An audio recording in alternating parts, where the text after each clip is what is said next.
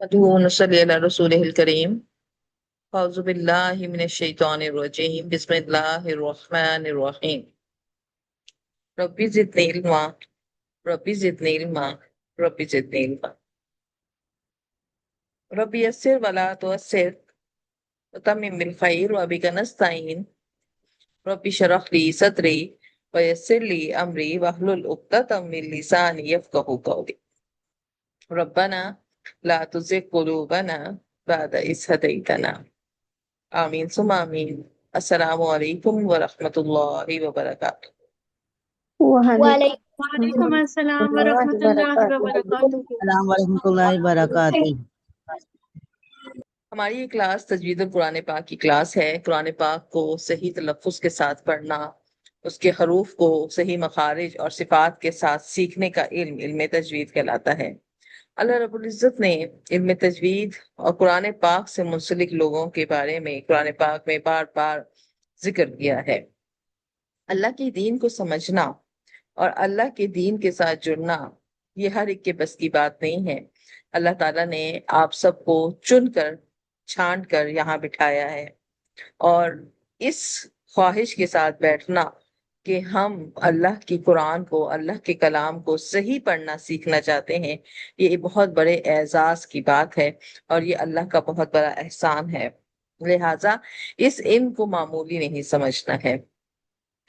جتنا زیادہ جو چیز اہم اور قیمتی ہوتی ہے اس کی پرواہ بھی اتنی ہی کی جاتی ہے. لہٰذا تمام بچیاں، جسے میں نے آپ لوگوں کو وائس میسج میں کہا کہ باوضو کلاس سے پہلے ہوا کریں، عشاء کی نماز پڑھ لیا کریں اور باوضو ہونا ہے. اپنے دوپٹوں کو باندھ کے بیٹھیے، اپنے بالوں کو ڈھک کے بیٹھیے، لیٹے ہوئے بغیر وضو کے. صرف موبائل ہی نہیں پکڑنا ہاتھ میں. آپ لوگ یہاں سیکھنے سکھانے کے لیے بیٹھی ہیں.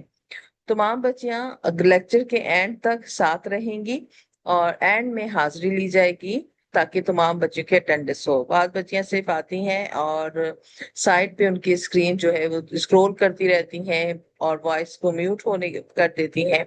تو یہ لیکچر صرف آپ اس کلاس میں حاضری کافی نہیں ہے. یہی وجہ ہے کہ ہم نے ٹیسٹ رکھے ہیں، حاضری کو دیکھا گیا ہے اور پھر یہی سلیکٹڈ بچیاں آگے ہمارے سرٹیفائڈ پروگرام کی طرف جائیں گی.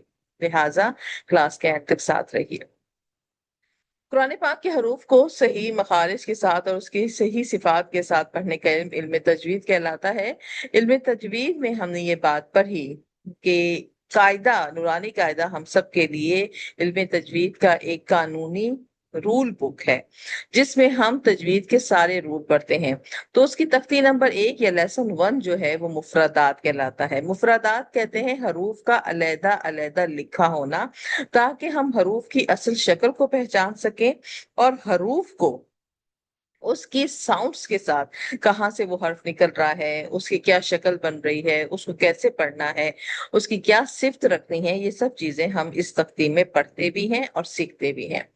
قرآن پاک میں حروف تہجی کے جو الفاظ کے لیے استعمال ہوتے ہیں یہ عربی حروف تہجی ہے. ان کی کل تعداد 29 آتی ہے اور یہ حروف جو ہیں آپس میں مل کر پھر الفاظ بناتے ہیں، الفاظوں سے جملے اور آیتیں بنتی ہیں. ان 29 حروف میں سے ایک حرف الف ایسا ہے جس کی کوئی بھی مخرج پلیس آف ساؤنڈ نہیں ہے. پہلا گروپ ہم نے پڑھا تھا حروف شفوی کا. مخرج کہتے ہیں حروف کے نکلنے کی جگہ کو، اور مخرج 3 تھے، ایک ہمارے ہونٹ، دوسرا حلق اور تیسری ہماری زبان. سب سے پہلا ہم نے ہونٹوں کے بارے میں پڑھا. ہونٹوں سے ادا ہونے والے حروف حروف شفوی ہیں. ان کی تعداد 4 تھی، با، میم، فا اور واو. با ہونٹوں کا نمی والے حصے آپس میں ملے تو ہم نے پڑھا با. ہونٹوں کے خشکی والے حصے جب آپس میں میش ہوئے تو ہم نے پڑھا میم. اور اوپر کے 2 دانت نیچے والے ہونٹ کے اندر لگے ہم نے پڑھا فا. اور ہونٹ بالکل گول راؤنڈ ہو گئے تو ہم نے پڑھا واو. دوسرا مخرج حلق ہے. حلق کو ہم نے جو حروف حلق سے ادا ہوں گے ان کو حروف حلقی کہتے ہیں. حروف حلقی کو ہم نے حلق کی 3 حصوں میں ہم نے حلق کو تقسیم کیا اور ان کی تعداد کل 6 ہے. تو وہ حروف جو ہمارے حلق سے ادا ہوتے ہیں ان کو کہتے ہیں حروف حلقی، اور ان کی تعداد کتنی ہے؟ 6. حمزہ، ہا، عین، ہا، غین، خا. اب یہ جو छह हरूफ हल्की, ये सिर्फ एक पॉइंट से नहीं निकलते, बल्कि हमने अपने हलक को 3 बराबर हिस्सों में तकसीम किया और हर हिस्से से 2-2 हर्फ निकले।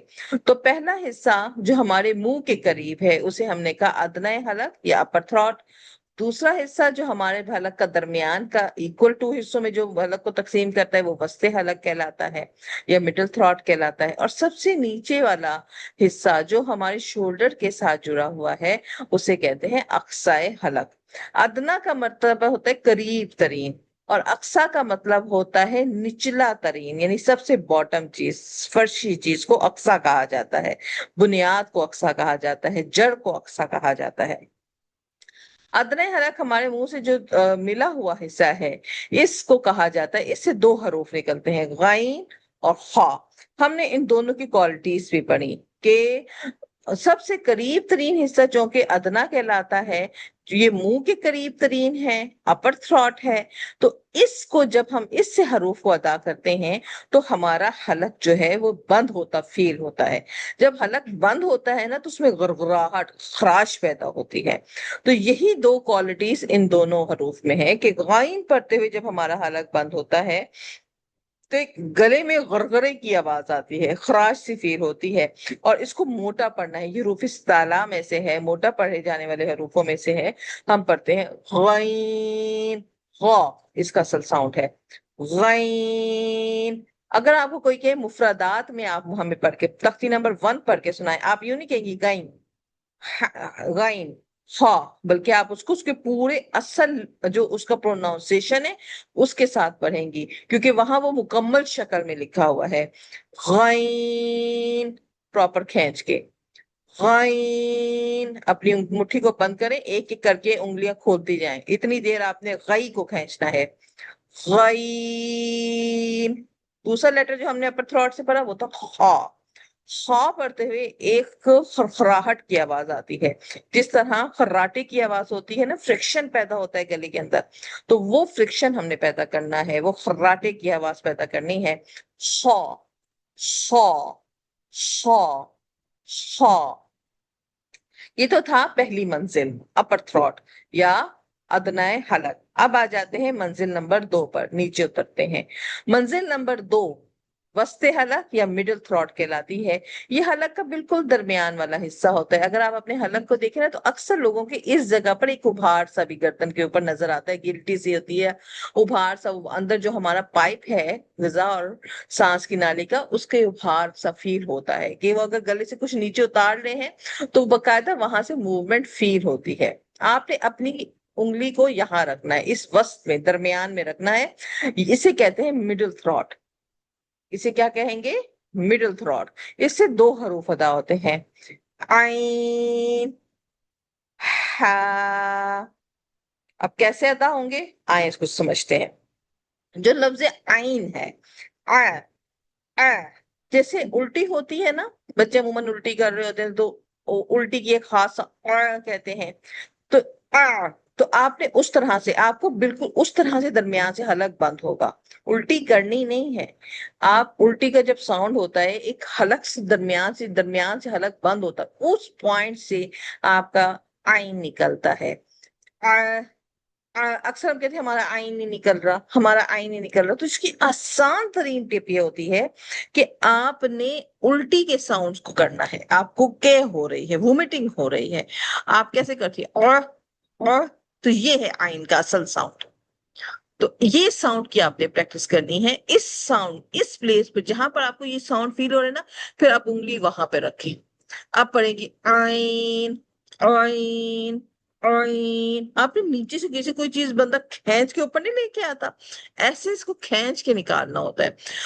बच्चियों से क्या गलती हो रही है, बच्चियां आइन सीख लेती हैं लेकिन जब पढ़ रही होती है वो आ पढ़ रही होती है, हलक को दबाने के बजाय वो आवाज को दबा रही होती है।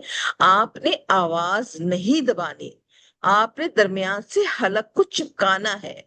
आपके मसल्स दरमियान से टाइट होते हैं, बिल्कुल वैसे ही जब वोमिटिंग होती है दरमियान से हलक टाइट होता है, एज इट इज आपके दरमियान से हलक चिपकेगा। आ, आ, आ, मेरे साथ साथ आप सब प्रैक्टिस करें। आइन, आपने दरमियान में उंगली रखी, आपको जब आप वोमिटिंग को जहन में रख के आप यहां से साउंड निकालेंगी ना, आपके दरमियान में फील होगी वहां वाइब्रेशन, फील होगी वहां पे मूवमेंट। यही असल आइन का साउंड है। आइन। अब आइन से शुरू होने वाले अल्फाज पढ़ते हैं।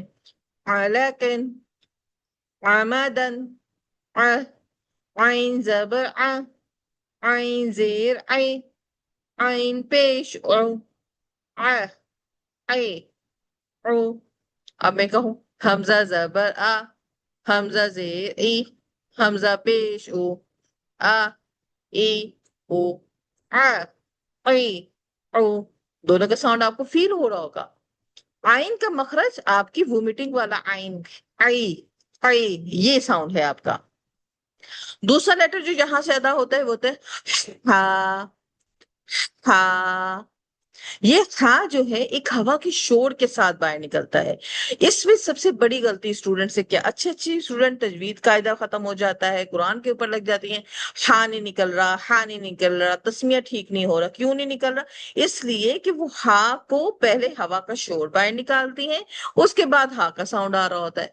तो क्या होता है कि हवा के शोर के निकल जाता है और पीछे गोल वाला हा निकल के उसके साथ साथ आराम से बाहर आ रहा होता है। ऐसा नहीं करना है, हमने हा को हवा के शोर में प्रेजेंट करना है। हा को, इस पॉइंट को आप वाजे मोटा मोटा अपनी कॉपी पे लिखें। हा को हवा के शोर में प्रेजेंट करना है। हवा का शोर में वो हा का साउंड आएगा, नॉट हवा का साउंड पहले आएगा और बाद में हा निकल के आ रहा है। वो गोल हा निकलता है, वो असल हा नहीं निकलता।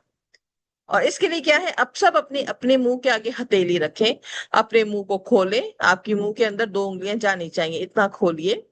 एक लंबी ब्रीथ नाक से लें, सांस लें, रोकें। अब हलक से उस सांस को बाहर निकालें। हा, हा, हा।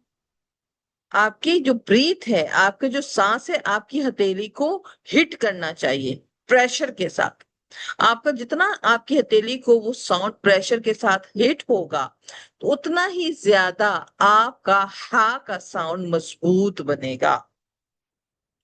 अब सब प्रैक्टिस करें, अपने मुंह के आगे हाथ रखिए और बोलिए हा,